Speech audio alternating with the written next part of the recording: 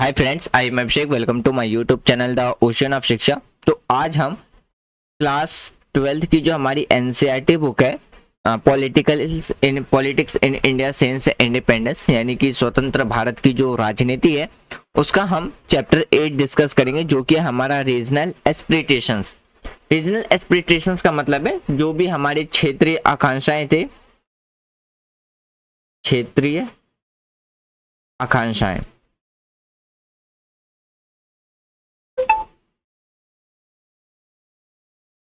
आकांक्षाएं तो उसके बारे में हम डिस्कस करेंगे। देखिए, आज की वीडियो में हम क्या क्या टॉपिक डिस्कस करेंगे वो मैं आपको टॉपिक्स बता देता हूँ कि इस चैप्टर में क्या क्या टॉपिक है और क्या क्या हम इसमें डिस्कस करने वाले। इससे पहले एक चीज, एक छोटी सी इन्फॉर्मेशन है कि जो इसके जो चैप्टर 1 से लेके 7 तक वो ऑलरेडी कंप्लीट कर दिए जा चुके हैं। आज हम चैप्टर 8 और कल हम चैप्टर 9 कंप्लीट करेंगे। तो इस वीकेंड, यानी कि जो इस वीक डे में हमारा क्या है, क्लास 6 से लेकर के क्लास 12th की जो पॉलिटिकल साइंस है वो आपकी कंप्लीट हो जाएगी। उसके बाद हम एम लक्ष्मीकांत और क्लास 9 से लेकर के क्लास 12th की इकोनॉमिक्स हम स्टार्ट करेंगे। ठीक है, तो देखिए आज की जो वीडियो होगी तो उसमें हम कौन कौन से टॉपिक को डिस्कस करने वाले हैं। सबसे पहले हम बात करेंगे जो रीजनल एस्पिरेशंस है, यानी कि जिसे हम क्षेत्र आकांक्षाएं कहते हैं, उसके एक इंट्रोडक्शन देखेंगे कि क्या क्या लोगों की आकांक्षाएं थी जो स्टेट्स को लेकर के, फिर गवर्नमेंट का क्या व्यू था और उसमें क्या चैलेंजेस निकल करके आए थे, उसको डिस्कस करेंगे। मतलब ये हमारा एक ही वीडियो में हम इसको कंप्लीट कर लेंगे। थोड़ी सी वीडियो लेंदी हो जाएगी, बट आप मैनेज कर लेना, ताकि हम जल्दी जल्दी अब क्या करेंगे, एनसीईआरटी बुक कंप्लीट करनी है।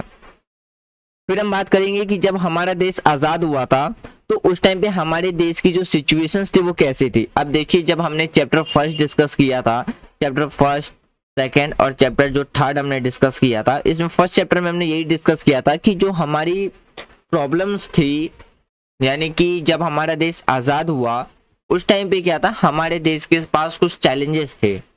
जैसे कि बात करते हैं डेवलपमेंट को लेकर के, या हम बात करते हैं सबसे पहला जो चैलेंज था वो था हमारी जो कंट्री अलग अलग प्रोविंस में, अलग अलग जो स्टेट में डिवाइडेड थे, उन सबको क्या करना था, यूनाइट करना था।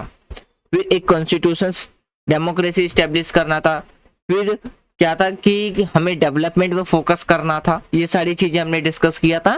तो यानी कि जब हमारा देश आजाद हुआ था तो उस टाइम पे सिचुएशंस कैसे थी, जम्मू कश्मीर के बारे में बात देखेंगे। फिर हम एक्सटर्नल और इंटरनल डिस्ट्रीब्यूट के बारे में बात करेंगे, जो रिलेट था हमारा जम्मू कश्मीर को से रिलेटेड। फिर पॉलिटिकल सिस्टम क्या था जम्मू कश्मीर का, उसके बारे में हम डिस्कस करेंगे। फिर पॉलिटिकल सिस्टम क्या था जम्मू कश्मीर का 2002 के बाद, यहाँ पे हम 2002 के बाद की बात करेंगे।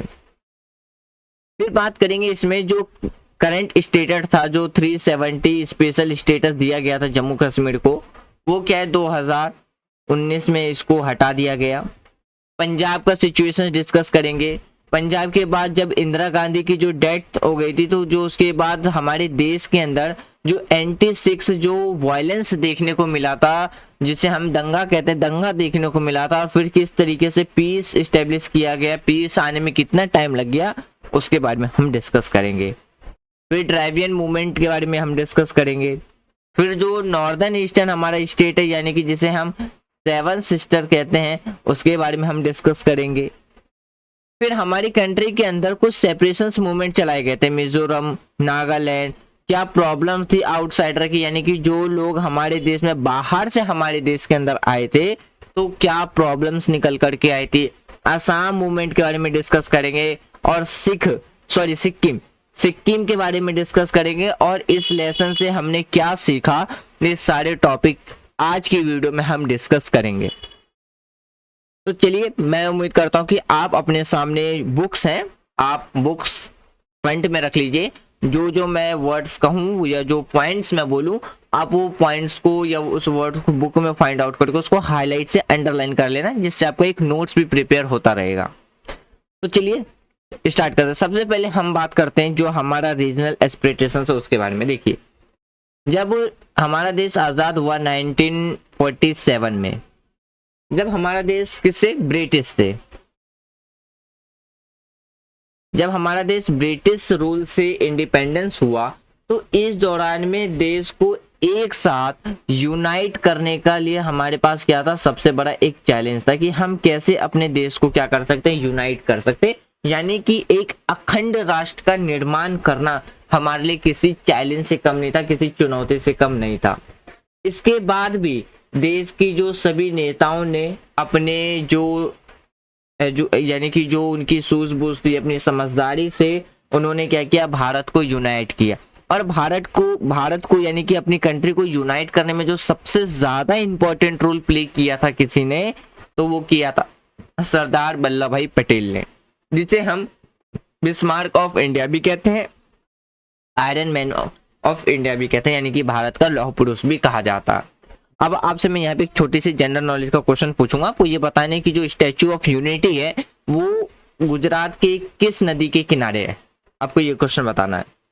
अब देखिए, अब आगे अगर हम बात करें तो जो नेशंस बिल्ड करने की जो चैलेंजेस थे, यानी कि अगर हम राष्ट्र निर्माण से संबंधित जो चैलेंजेस थे उस दौरान की बात करें, तो उस ड्यूरेशंस में बात करें तो पूरी तरीके से समाप्त नहीं हुआ था।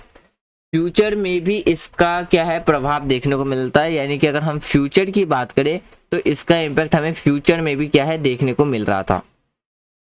जैसे कि हम सब जानते हैं कि भारत एक क्या है, डाइवर्स कंट्री, अलग अलग आपको रिलीजन, अलग अलग कास्ट, अलग अलग लैंग्वेज के लोग आपको देखने को मिलेंगे हमारे देश के अंदर। यानी कि कहा जाता है कि हमारी जो कंट्री है दुनिया की एक डाइवर्स कंट्री में से एक है, और जब कोई कंट्री में सबसे ज्यादा डाइवर्स रहता तो उसको यूनाइट करना और एक यूनाइट के फॉर्म में कंटिन्यू रखना किसी चैलेंज से कम नहीं होता है। तो इसीलिए जितने भी जो हमारे लीडर्स थे, फ्रीडम फाइटर्स थे, तो उनके द्वारा क्या था कि उनका एक सपना था कि जो हमारी चैलेंज है एक यूनाइट नेशंस को बिल्ड करने का, यानी कि अखंड भारत का निर्माण करने का, तो सबसे बड़ा चैलेंज हमारे लिए पहला यही था कि हम कैसे एक डाइवर्स कंट्री, डिवाइडेड देश को हम यूनाइट कर सकते हैं। ऑलरेडी हमारे देश से दो स्टेट यानी कि दो प्रोविंस सेपरेट किए जा चुके थे, बांग्लादेश, ईस्ट पाकिस्तान और वेस्ट पाकिस्तान के फॉर्म में, जो 1971 के बाद जाके क्या बन गया, बांग्लादेश बन गया। तो इसका जो इफेक्ट था वो फ्यूचर में भी क्या है, काफी ज्यादा पड़ा था, जो पार्टीशन हुआ था हमारे देश का। फिर देखिए, अगर हम बात करते हैं इन्हीं विशेषताओं की वजह से हर समुदाय की जो मांग थी वो क्या थी, सेपरेशन की थी, यानी कि वो भारत से अलग होने की मांग कर रहे थे। या फिर या आप ये कह सकते हो कि हर एक स्टेट की जो एस्पिरेशंस थी वो क्या थी, डिफरेंस थी, अलग अलग थी। तो जो राष्ट्र के रूप में क्या है उसे स्थापित करने के लिए क्या है, एक चैलेंज के फॉर्म में निकल कर के आ रही थी। यानी कि जो अलग अलग एक्सपेक्टेशंस थे जिसकी वजह से भारत को, यानी कि जो हमारा देश है, राष्ट्र को एक रूप में स्थापित करने के लिए बहुत से चैलेंजेस का क्या है, सामना करना पड़ा था। अब देखिए, अब बात करते हैं इसमें गवर्नमेंट का क्या पॉइंट ऑफ व्यू था। अगर हम गवर्नमेंट के पॉइंट ऑफ व्यू से बात करते हैं तो भारत ने खुद को क्या है, एक डेमोक्रेटिक स्टेब्लिश माना। क्या माना, एक डेमोक्रेटिक, कि उन्होंने भारत, हमारी कंट्री के द्वारा ये डिसाइड किया गया था कि हमारी कंट्री में जो भी गवर्नमेंट चुन करके आएंगी बाय डेमोक्रेसी, यानी कि लोकतांत्रिक तरीके से चुन करके आएगी, जनता के द्वारा चुना जाएगा। तो जितने भी जो एरियाज थे अगर हम बात करते हैं तो उनमें जो डिफरेंसेस, जो एरियाज थे उनमें क्या है, अलग होने की जो डिमांड थी, एक सेपरेटिज्म की जो डिमांड थी वो क्या होने लगी, निकल करके आने लगी। तो जो ऐसे सिचुएशंस में भी क्या था, अगर हम सेपरेशंस की डिमांड को एक्सेप्ट कर लेते तो वो एक्सेप्टेबल नहीं था जो हम उसको एक्सेप्ट कर लेते।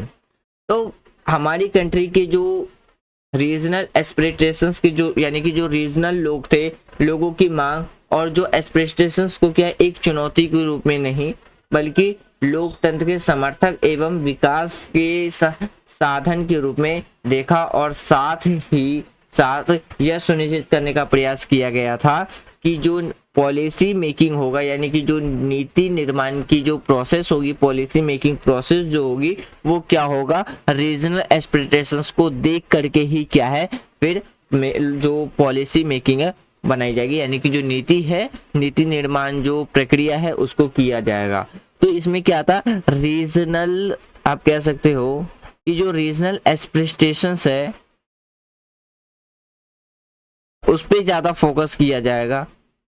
किसमें, तो जो पॉलिसी मेकिंग प्रोसेस है, पॉलिसी मेकिंग प्रोसेस में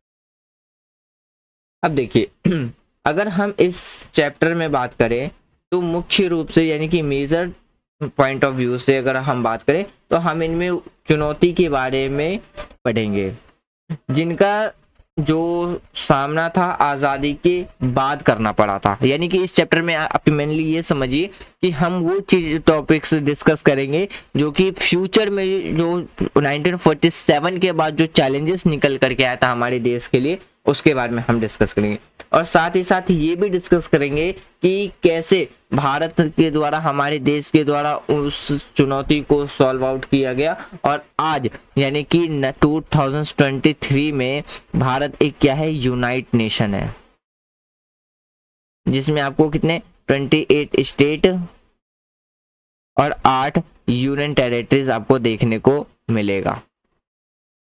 देखिए अगर हम चैलेंजेस की बात करते हैं तो चैलेंजेस में क्या क्या देखने को मिलेगा आपको, कि जब हमारा देश आज़ाद हुआ, आज़ाद होने के बाद भारत के बड़े स्तर पे क्या बहुत सारे चैलेंजेस को फेस करना पड़ा था।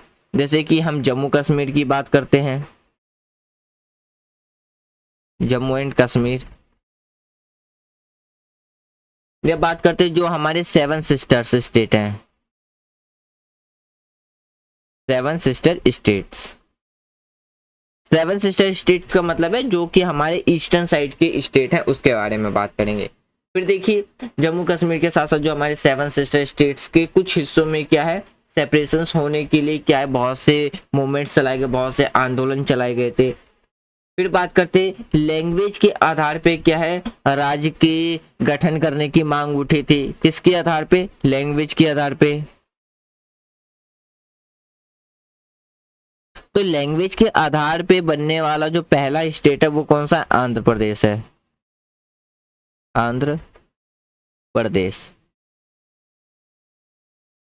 फिर देखिए नागालैंड, नागालैंड एंड मिजोरम। तो नागालैंड मिजोरम में भी क्या है, भारत से अलग होने की क्या थी डिमांड, उन्होंने निकल कर के आ रही थी कि वो क्या है, भारत से अलग होना चाहते हैं। फिर बात करते जैसे पंजाबी भाषा बोलने वाले जो लोग थे उनके लिए एक अलग राज्य की मांग थी। फिर अगर हम साउथ इंडिया की बात करें, साउथ यानी कि अगर हम साउथ इंडिया में बात करें तो कुछ हिस्सों में जो हिंदी को देश का, अगर हम बात करते हैं हिंदी को देश का ऑफिशियल लैंग्वेज बनाने के लिए भी क्या प्रोटेस्ट किया जा रहा था, तो वो चीजें भी थी एक चैलेंज के फॉर्म में। या देश के जो राज्यों की जो इंटरनल जो बाउंड्रीज थी का फिर से क्या है निर्धारण करने की कई, यानी कि जो इंटरनल बाउंड्रीज थी कि कई मांगों का सामना करना पड़ा था। तो ये सारे हमारे लिए क्या थे, चैलेंजेस थे।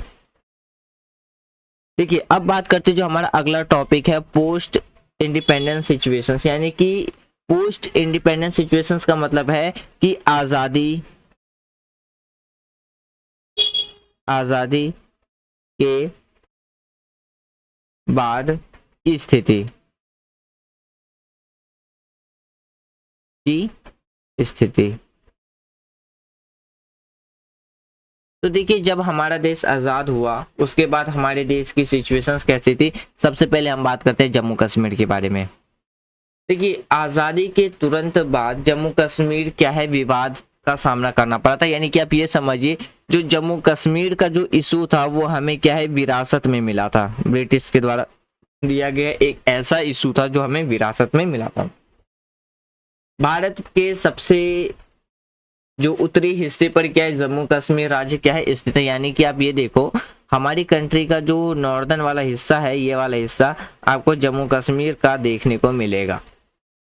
तो आज़ादी होने से पहले जम्मू कश्मीर क्या हुआ करता था, एक प्रिंसली स्टेट हुआ करता था, यानी कि जिसे हम कहते हैं कि जो जम्मू कश्मीर था वो क्या था, एक मतलब प्रांतीय राज्य था, जिसमें जो राजा हरि सिंह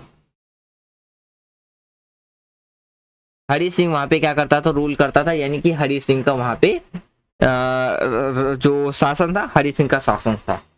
तो जब बात करते हैं स्वतंत्र, यानी कि जो राजा हरि सिंह है वो क्या है, जम्मू कश्मीर को ना तो भारत में मिलाना चाहता था ना पाकिस्तान में, यानी कि वो क्या रहना चाहता था, सेपरेट रहना चाहता था, वो इंडिपेंडेंट रहना चाहता था। यानी कि उसने कहा था कि मैं ना इंडिया में रहूंगा ना मैं पाकिस्तान में रहूंगा, मैं क्या रहूंगा, फ्री रहूंगा, मैं किसी भी देश में शामिल जाकर के नहीं हूँ।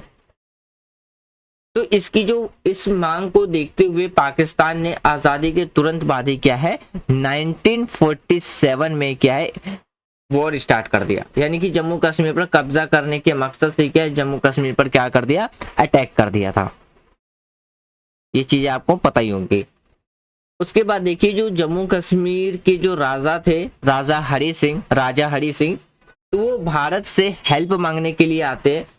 तो उसमें क्या है, भारत में इस दौरान में क्या है, जम्मू कश्मीर जब भारत के पास आता है हेल्प मांगने के लिए, तो हमारी कंट्री के जो उस टाइम पे मिनिस्टर, जो हमारी कंट्री के जो उस टाइम पे होम मिनिस्टर थे, तो यानी कि जो मिनिस्टर थे होम मिनिस्टर सरदार वल्लभ भाई पटेल, तो उनके द्वारा क्या है जो जम्मू कश्मीर है उनसे जम्मू कश्मीर के राजा हरि सिंह से क्या है इंस्ट्रूमेंट ऑफ एक्सेशंस पे क्या करते हैं, साइन कराते हैं, यानी कि विलय पत्र पे वो क्या कराते हैं, साइन करवा लेते हैं। तो जैसे ही वो विलय पत्र पे साइन करते हैं तो उस टाइम पे उसमें ये लिखा रहता है कि जम्मू कश्मीर अब से क्या होगा, इंडिया का भाग होगा। तो जम्मू कश्मीर के राजा हरि सिंह ने जब भारत से मदद मांगी और भारत ने भी क्या है उनकी फिर मदद की। इस दौरान जम्मू कश्मीर के राजा हरि सिंह ने भारत पे क्या है विलय पत्र यानी कि इंस्ट्रूमेंट ऑफ एक्सेशंस पे क्या है साइन कर दिए। तो इस दौरान यह भी कहा गया था कि जब स्थिति सामान्य हो जाएगी तो वहां पर जनमत संग्रह यानी कि वोटिंग कराया जाएगा। क्या कराया जाएगा, वोटिंग कराया जाएगा। और ये भी कहा गया कि वहां के लोग जिस देश में शामिल होना चाहते हैं वह जन्म वोटिंग के तहत क्या उस देश में शामिल हो जाएंगे। और वहां पे क्या है जो स्पेशल राइट्स था यानी कि 370 वो वहां पे प्रोवाइड कराया गया, यानी कि जम्मू कश्मीर को तब क्या दे दिया गया, एक स्पेशल स्टेटस दे दिया गया, स्पेशल स्टेटस दे दिया गया। फिर 1947 में जो युद्ध हुआ था, वॉर हुआ था, उसके दौरान पाकिस्तान ने जम्मू कश्मीर के कुछ हिस्सों पर क्या कर लिया, अपना कब्जा कर लिया, जिसको क्या कहा जाता है आज के टाइम पे पीओके कहा जाता है, पाकिस्तान ऑक्यूपाइड कश्मीर, ऑक्यूपाइड कश्मीर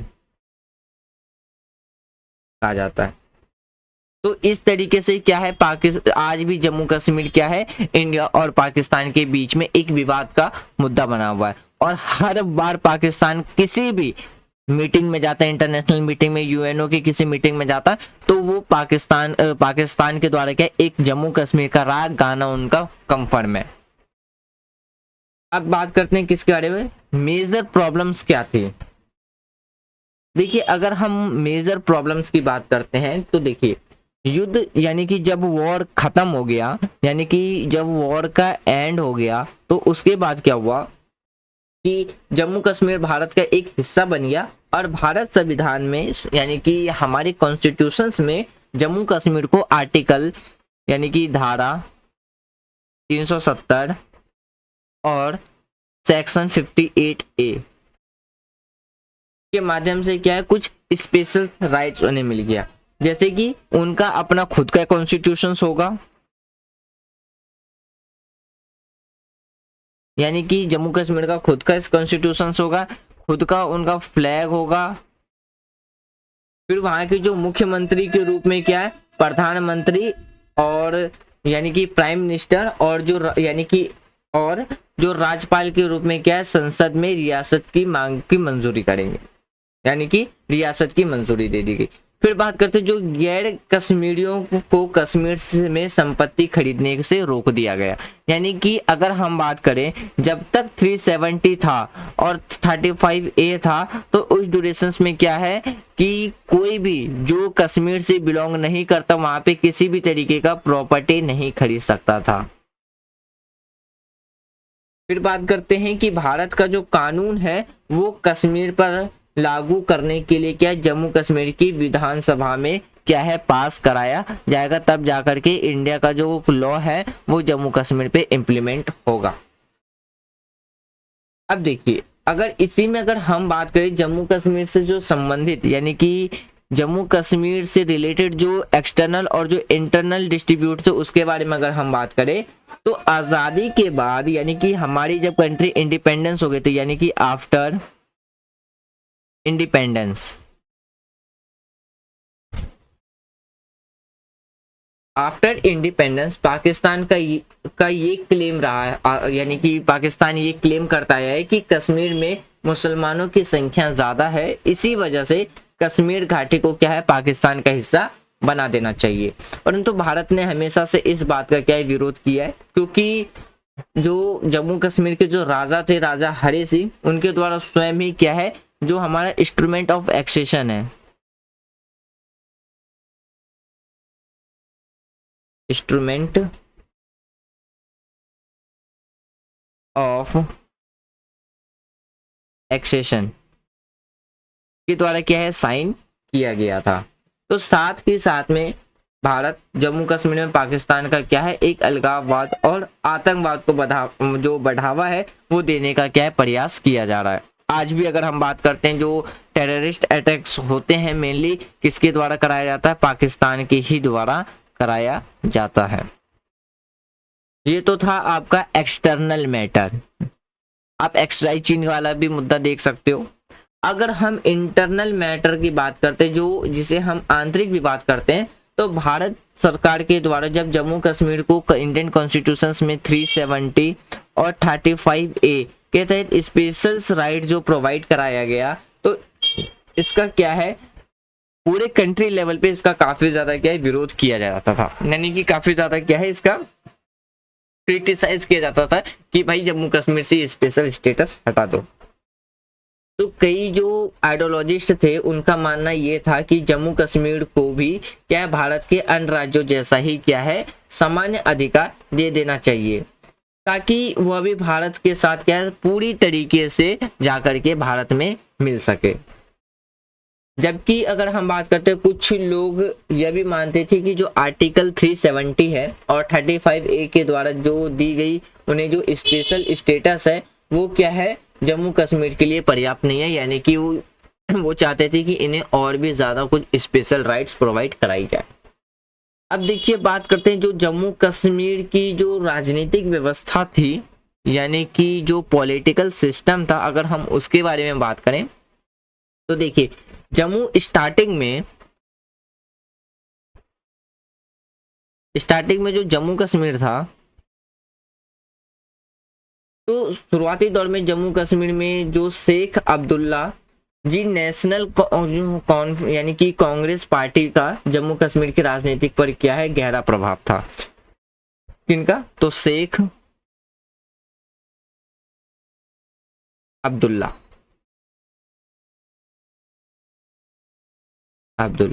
तो उनपे क्या है नेशनल कांग्रेस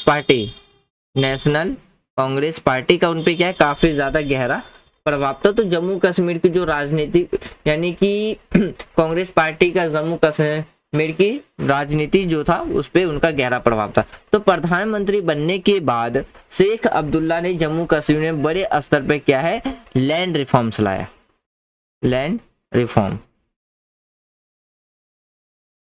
उनके द्वारा लाया गया था। तो देखिए वो जो लैंड रिफॉर्म्स उनके द्वारा लाया गया, लैंड रिफॉर्म्स की जो नीति थी वो शुरू की गई जिसमें सामान्य लोगों को फायदा हुआ था, यानी कि जो कॉमन पीपल्स थे उनको काफी ज्यादा फायदा हुआ था। जम्मू कश्मीर में शेख अब्दुल्ला की जो उनकी जो बढ़ती प्रसिद्धि को देखते हुए सेंट्रल गवर्नमेंट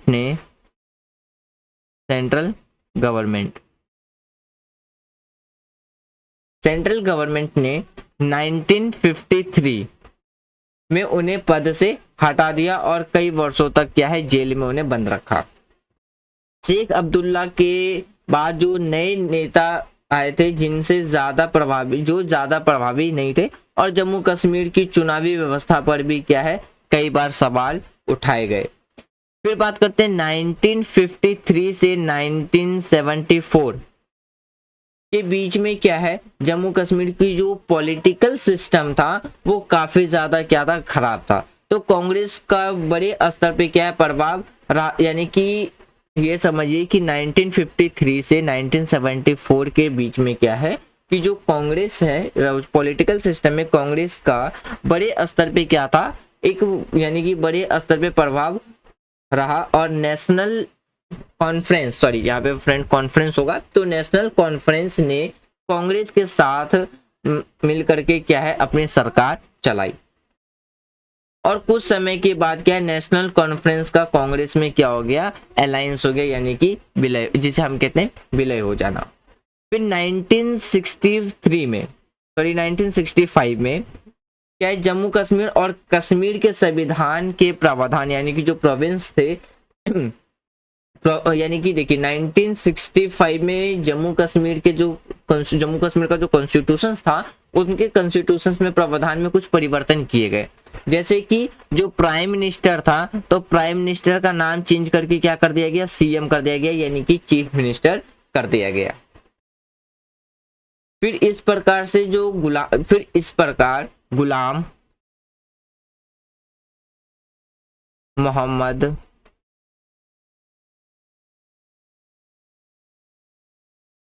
यानी कि गुलाम मोहम्मद सादिक वहां के क्या बने थे मुख्यमंत्री, पहले मुख्यमंत्री बने थे।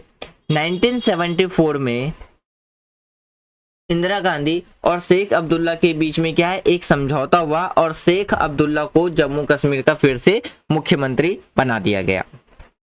1977 की अगर हम बात करें 1977 की बात करें तो 1977 में जो लेजिस्लेटिव चुनाव था, यानी कि जो स्टेट लेजिस्लेटिव इलेक्शंस था में शेख अब्दुल्ला ने बड़ी बहुमत से क्या जीत हासिल की और जम्मू कश्मीर के वो क्या बने मुख्यमंत्री बने।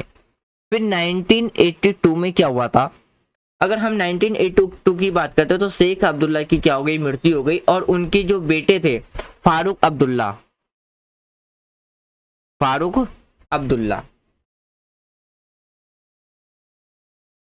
अब्दुल्ला वहां के क्या बने चीफ मिनिस्टर बने, कश्मीर के क्या बने वो मुख्यमंत्री बने।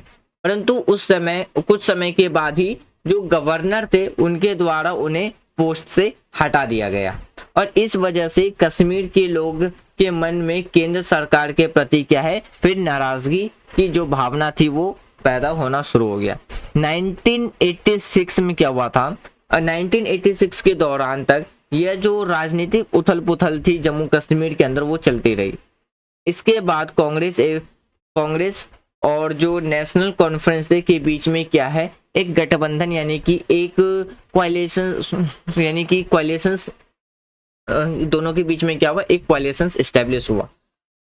1987 में जो लेजिस्लेटिव चुनाव में नेशनल कॉन्फ्रेंस और कांग्रेस के गठबंधन को क्या है यानी कि एक मेजोरिटी वोट्स मिली और फारूक अब्दुल्ला फिर से क्या बने मुख्यमंत्री बने। परंतु ऐसा माना गया कि इस चुनाव में क्या है गड़बड़ी हुई है। 1989 के दौरान में जम्मू कश्मीर में क्या है फिर से सेपरेशन की जो मांग थी वो उठना स्टार्ट हो गया। धीरे धीरे उसकी जो मांग धीरे धीरे जम्मू कश्मीर में उग्रवादी आंदोलन की चपेट में आ गई, यानी कि लोगों के द्वारा काफी ज्यादा वायलेंस फैलाया जाने लगा।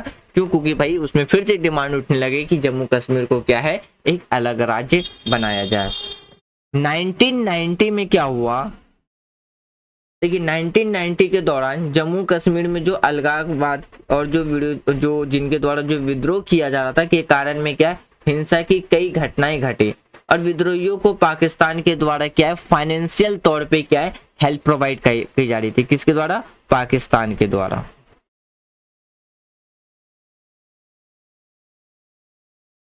फिर बात करते हैं उसके बाद क्या हुआ था 1996 में। 1996 में विधानसभा चुनाव हुआ जिसमें फारूक अब्दुल्ला की सरकार बनी। और 2002 में जम्मू कश्मीर में फिर से क्या है एक निष्पक्ष चुनाव करवाए गए जिसमें 2002 में जम्मू कश्मीर में फिर से क्या है निष्पक्ष चुनाव कराए गए जिसमें नेशनल कॉन्फ्रेंस की जगह पे क्या है पीपीएल, यानी कि अगर हम बात करते हैं जो पीडीपी पब्लिक डेमोक्रेटिक पार्टी क्या है चुनाव में जीत करके आई और उसने अपनी सरकार क्या है जम्मू कश्मीर में अपने बनाई थी। अब देखिए अगर हम 2002 की बात करते हैं, 2002 के बाद कैसे सिचुएशंस था पॉलिटिकल सिस्टम जम्मू कश्मीर के अंदर में। तो देखिए 2 विधानसभा के चुनाव में क्या है जो अगर हम बात करते हैं कि पश्चात भी क्या है जो मुफ्ती मोहम्मद पहले 3 साल के लिए क्या है सरकार, यानी कि पहले 3 साल के लिए सरकार के मुख्यमंत्री या मुखिया रहे। इसके बाद कांग्रेस गुलाम नबी आजाद को मुख्यमंत्री बनाया गया। कांग्रेस के गुलाम यानी कि उसके बाद यानी कि जो समझिए कि गुलाम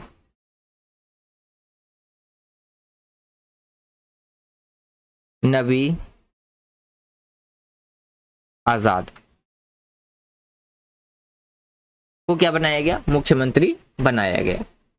फिर बात करते हैं मुख्यमंत्री बनाए जाने के बाद, पर उसके बाद क्या है वहां पे प्रेसिडेंट रूल यानी कि कार्यकाल वो पूरा नहीं कर पाए क्योंकि वहां पे क्या लग गया था प्रेसिडेंट रूल लग गया था। क्या लग गया था प्रेसिडेंट रूल। तो जिसके वजह से क्या है जो अगला जो स्टेट लेजिस्लेटिव का जो इलेक्शंस हुआ था वो कब हुआ था 2008 में हुआ था। तो 2008 में जो इलेक्शंस हुआ उसमें नेशनल कॉन्फ्रेंस और भारतीय राष्ट्रीय कांग्रेस की सरकार बनी। फिर 2014 में क्या हुआ 2014 में राज्य में फिर से क्या है चुनाव किए गए जिससे पहले 25 साल में सबसे ज्यादा जो मतदान का रिकॉर्ड इसमें रिकॉर्ड हुआ, यानी कि 2014 में सबसे ज्यादा लोगों के द्वारा क्या है जो वोटिंग थी इलेक्शन था उसमें पार्टिसिपेट किया गया। और जो पीडीपी पब्लिक डेमोक्रेटिक पार्टी एवं बीजेपी ने गठबंधन मिलाकर के क्या है जो मुफ्ती मोहम्मद थी तो इलेक्शंस कंडक्ट हुआ और उसके बाद क्या जो मुफ्ती मोहम्मद थी वो क्या बनी वहां की चीफ मिनिस्टर बनी। और 2016 में मुफ्ती मोहम्मद की जो मृत्यु के बाद उनकी बेटी महबूबा मुफ्ती क्या है राज्य की पहली मुख्यमंत्री बनी। फिर अगर हम करंट सिचुएशंस की बात करते हैं प्रेजेंट टाइम में तो 5 अगस्त 2019 में भारत सरकार के द्वारा आर्टिकल 370 एंड आर्टिकल 370 और 35A जो एक स्पेशल स्टेटस प्रोवाइड कराता था जम्मू कश्मीर को वो समाप्त कर दिया गया और जम्मू कश्मीर को सेपरेट करके 2 यूनियन टेरिटरी बना दिया गया यानी कि जम्मू कश्मीर और लद्दाख। ये क्या बन गया 2 यूनियन टेरिटरी बन गया। अब बात करते हैं इसमें ही, अब अगर हम पंजाब की बात करते हैं ये करंट स्टेटस मैंने पहले ही बता दिया आपको। अब बात करते हैं जैसे पंजाब के बारे में। तो देखिए आजादी के समय भारत और पाकिस्तान के बीच में पंजाब का भी डिवाइड हुआ था। जो पंजाब का डिवाइड हुआ था तो जिसकी वजह से जो पंजाब की जो एक सोशलिस्ट स्ट्रक्चर था वो बड़े तौर पे क्या हो गया उसमें चेंजेस आ गए। तो ऐसा ही एक विभाजन आजादी के बाद भी हुआ 1996 में। 1996 में क्या हुआ पंजाब से अलग करके क्या बनाया गया हरियाणा बनाया गया। क्या बनाया गया हरियाणा और हिमाचल प्रदेश।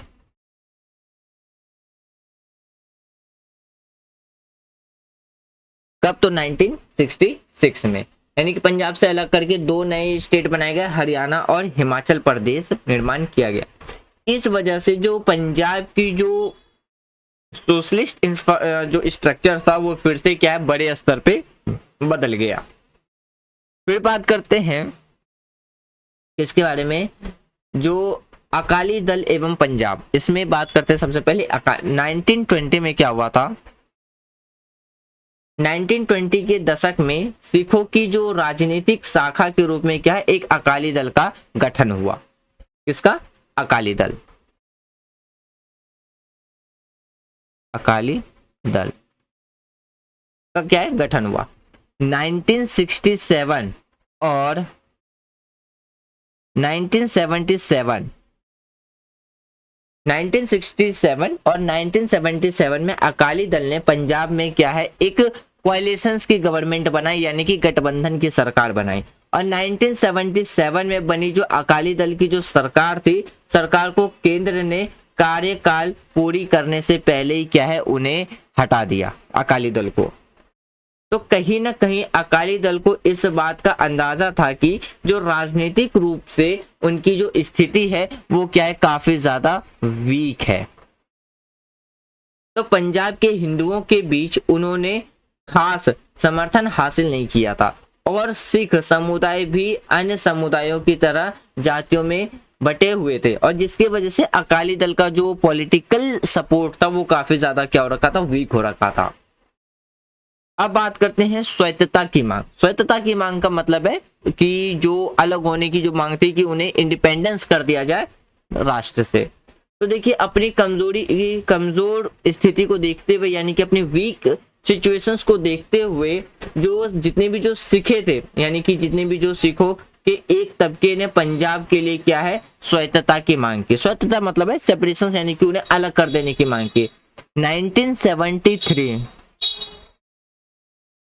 1973 में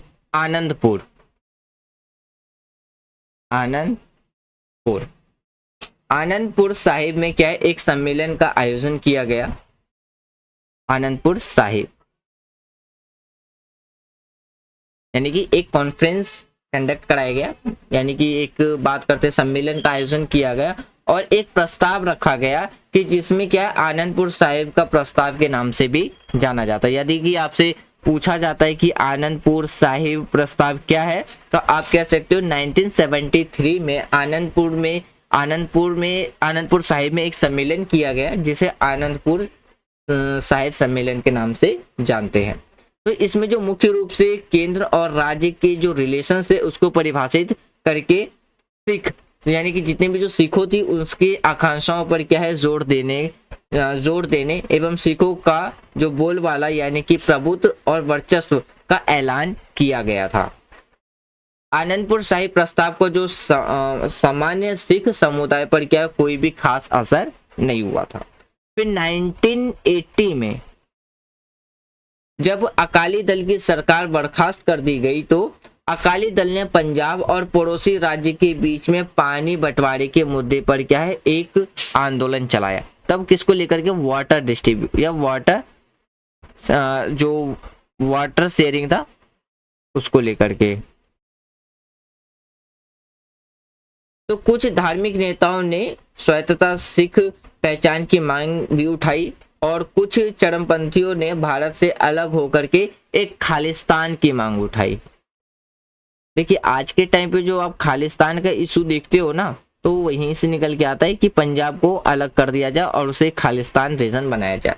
तो जिसके द्वारा कनाडा का काफी ज्यादा सपोर्ट मिलता है खालिस्तान के इशू को लेकर के, जबकि उसको पता नहीं है जो कनाडा के मिनिस्टर्स हैं कि खालिस्तान का इशू है क्या, बस उनके द्वारा क्या एक सपोर्ट दिया जाए। देखिए, अगर हम इंटरनेशनल लेवल पे बात करते हैं रिलेशंस की, तो हर एक नेशंस का क्या होता है, सेल्फ इंटरेस्ट होता है नेशन रिलेशंस में। जैसे आज के टाइम पे देखिए, अगर हम कनाडा की बात करते हैं तो कनाडा हो गया, या हम पाकिस्तान की बात करते हैं, चाइना की बात करते हैं, तो ये वो ऐसे नेशंस है जो कहीं ना कहीं भारत के सेपरेशंस के जो मूवमेंट चलते हैं ना, उनके द्वारा क्या सपोर्ट प्रोवाइड कराया जाता है, कहीं ना कहीं डायरेक्ट और इनडायरेक्ट वे में। क्यों? क्योंकि देखिए, आज के टाइम, इसीलिए आज अगर हम बात करते हैं रिलेशंस के बारे में, तो चाइना के साथ, पाकिस्तान के साथ, या हम बात करते हैं कनाडा के साथ पूरी तरीके से क्या है, रिलेशंस हमारे खराब है। तो कुछ धार्मिक नेताओं के द्वारा क्या मांग उठाई जा रही थी, चरमपंथियों और भारत से अलग होकर के खालिस्तान की मांग उठाई जा रही है। फिर बात करते हैं आंदोलन और हिंसा। अब देखिए इसी में अगर हम आंदोलन और हिंसा की बात करें तो जल्द ही आंदोलन क्या है, नरमपंथी अकालों के साथ से निकल करके चरमपंथी तत्वों के हाथ में चला गया था। तो जिसके वजह से क्या है कि ये जो मूवमेंट्स था उस मूवमेंट्स में क्या होने लग गया था, वायलेंस देखने लगा। क्या देखने को मिला था, वायलेंस, यानी कि इसमें काफी ज्यादा अगर हम बात करते हैं तो वायलेंस होना शुरू हो गया था, अहिंसा होना शुरू हो गया था। तो इन उग्रवादियों ने अमृतसर में स्थित जो सिखों की तीर्थ स्थल है, जो हमारा गोल्डन टेम्पल है, गोल्डन टेम्पल, तो वो वहां पे जाकर के क्या हो गए, छुप गए। उन्होंने अपना जो मुख्यालय है उसको, गोल्डन टेम्पल को अपना हेडक्वार्टर्स बना लिया और उसे एक हथियारबंद किले में क्या है, तब्दील कर दिया गया। तो इन सभी उग्रवादियों को स्वर्ण टेम्पल से निकालने के लिए क्या है, भारत सरकार ने ऑपरेशन ब्लू स्टार चलाया, ब्लू स्टार। तो ऑपरेशन जो ब्लू स्टार जो चलाया, तो इसमें क्या है, इसकी यानी कि ऑपरेशन ब्लू स्टार शुरुआत की और इस ऑपरेशन के अंतर्गत गोल्डन टेम्पल में क्या है, सैन्य कार्रवाई की गई, जिस वजह से इस ऐतिहासिक मंदिर को क्या है, काफी ज्यादा क्या है, नुकसान पहुंचा और सिखों की जो भावनाएं थी उस पे भी क्या है, एक गहरा चोट पड़ा था।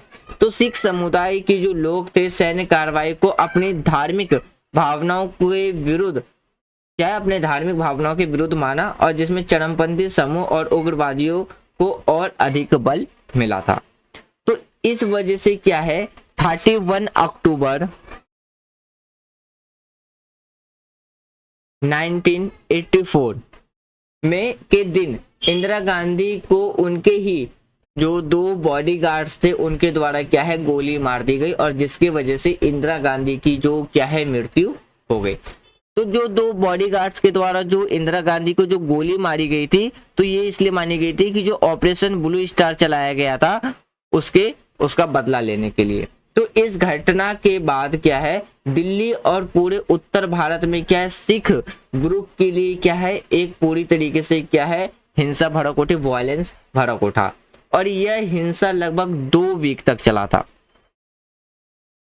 कब तक चला था, 2 वीक तक, और जिसमें 2000 से ज्यादा क्या है, जो सिख थे वो मारे गए थे। फिर बात करते हैं कानपुर, बोकारो जैसे जो क्षेत्र में भी क्या है, इसका बड़े स्तर पे प्रभाव देखने को मिला था। 1984 में हुए चुनाव में प्रधानमंत्री में फिर कौन है, राजीव गांधी देश के प्रधानमंत्री बने। कौन, तो राजीव गांधी। राजीव गांधी ने जो नरमपंथी थी, यानी कि नरमपंथी को हम बोलते हैं जो वायलेंस के बेस पे नहीं रहते हैं, एक होता है चरमपंथी, एक होता है नरमपंथी। नरमपंथी हम जिसे ठंडे दल वाले लोग कहते हैं, चरमपंथी यानी कि जो गर्म दल के लोग होते हैं। तो नरमपंथी अकाली नेताओं के साथ क्या बातचीत शुरू कर दी और उस दौरान अकाली दल के जो अध्यक्ष थे वो कौन थे, हरचंद सिंह थे, हरचंद सिंह लोकपाल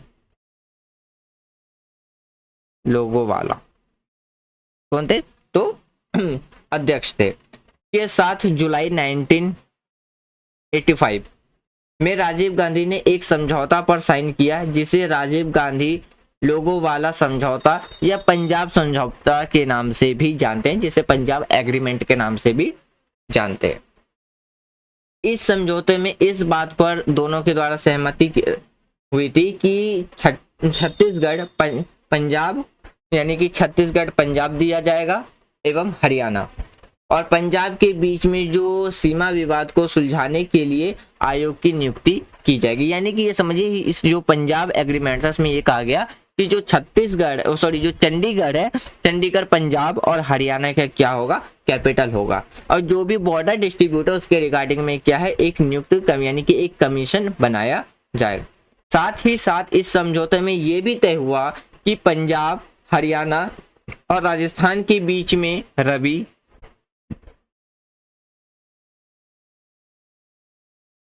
ब्यास रिवर जो वाटर है, नदी का जो पानी है वो के बंटवारे के बारे में भी क्या है, फैसला लेने के लिए न्यायाधिकरण बिठाया जाएगा। अब बात करते हैं समझौते के बाद क्या हुआ था। देखिए, अगर हम समझौते के बाद की बात करें तो समझौता के बाद जो स्थिति थी फिर भी वो सामान्य नहीं हुई। पंजाब में यानी कि लगभग अगले एक दशक यानी कि 10 साल तक क्या है, हिंसा देखने को मिली थी, हिंसा चलती रही। इस हिंसा की वजह से 1992 में जो चुनाव में केवल क्या है 24% ही लोग क्या है वोट देने आए थे। फिर सुरक्षा बलों ने बड़े स्तर पे क्या है प्रयास किए और इस उग्रवाद को दबाया, परंतु इन सब वजहों से पंजाब के जो सामान्य लोगों को बड़े स्तर पे क्या है सामनाओं का सामना करना पड़ा। 1997 के आसपास की जो स्थिति थी कुछ समान हुई और इस दौरान हुए चुनाव में अकाली दल और भाजपा के जो कोaliशंस की गवर्नमेंट थी के बड़े बहुमत के साथ क्या है जीत मिली। और इसके बाद समय के साथ साथ पंजाब की जो स्थिति है वो सामान्य हुई और यह राजनीतिक धर्मनिरपेक्षता की ओर बढ़ना शुरू हुआ।